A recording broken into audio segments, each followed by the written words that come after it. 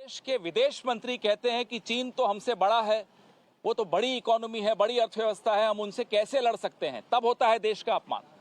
देश का अपमान तब होता है जब देश की जुडिशरी को आप मजबूर करते हैं कि वो प्रेस के सामने आकर अपना रोना रोए। देश का अपमान तब होता है जब सुप्रीम कोर्ट इलेक्शन कमीशन कैसे बनाया आपने, उस पर इतनी गहरी, इतनी कड़वी टिप्पणी करती है। तब आपको देश का अपमान नहीं लगा कि आपकी जो करतूतें हैं उससे कैसे अपमानित हो रहा है देश। आपको याद है अभी कुछ ही दिन पहले इलेक्शन कमिश्नर को आपने कैसे नियुक्त किया, उस पर सुप्रीम कोर्ट ने सरकार को अच्छी तरह से जली कटी सुनाई। तो लोकतंत्र को मजबूत करने की अगर कोई कवायद करता है तो इन्हें बड़ी परेशानी होती है। कांग्रेस पार्टी ने इस देश को जो ये कानून है आज बहुत संघर्षों के बाद दिया, बहुत बलिदानों के बाद दिया। स्वतंत्रता से पहले के बलिदान, स्वतंत्रता के बाद के बलिदान। ये हमें कहते हैं कि जाइए लंदन में झाड़ू लगाइए, वहां माफी मांगिए। ये काम तो आपका था, आप ही करते थे। जब अंग्रेजों का राज था तब यही कर रहे होते थे आप। माफी भी मांगते थे, चिट्ठी भी लिखते थे,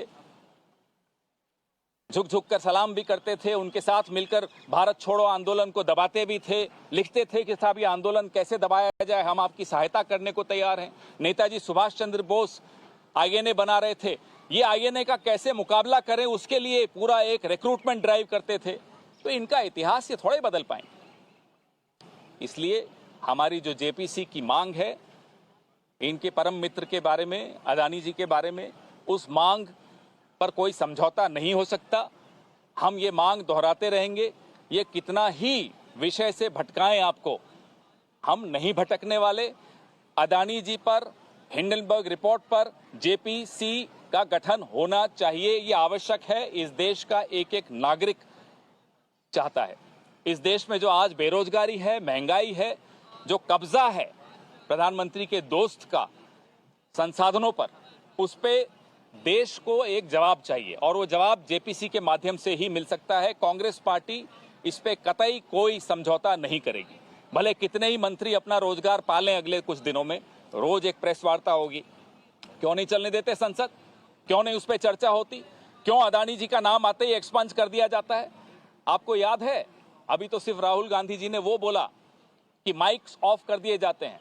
किसान कानून कैसे पास किए थे राज्यसभा में, कैमरे तक ऑफ हो गए थे। फिर कहते हैं लोकतंत्र कोई खतरा नहीं है। लोकतंत्र को सबसे बड़ा खतरा आपसे है प्रधानमंत्री जी, और आपके दोस्तों से है। धन्यवाद। आपके सवाल। आज भी दोनों हाउस जो है 2 बजे तक के लिए अडजर्न हो गया। कल आप लोग दफ्तर जाना चाह रहे थे, वहां नहीं जाने दिया गया, यहाँ रोक दिया गया। कैसे आप लोगों को दिया गया? इसका तर्क ये है कि सुप्रीम कोर्ट में ये पूरा मामला है, सुप्रीम कोर्ट जांच कर रही है। आप लोग बेवजह संसद नहीं चलने दे रहे, 35 bill pending. All right, so that's Pawan Khera of the Congress targeting the centre once again, turning up the heat against the centre, says they need the JPC, once again pushing for JPC in the Adani Hindenburg issue, says Congress will continue the fight until a JPC is formed.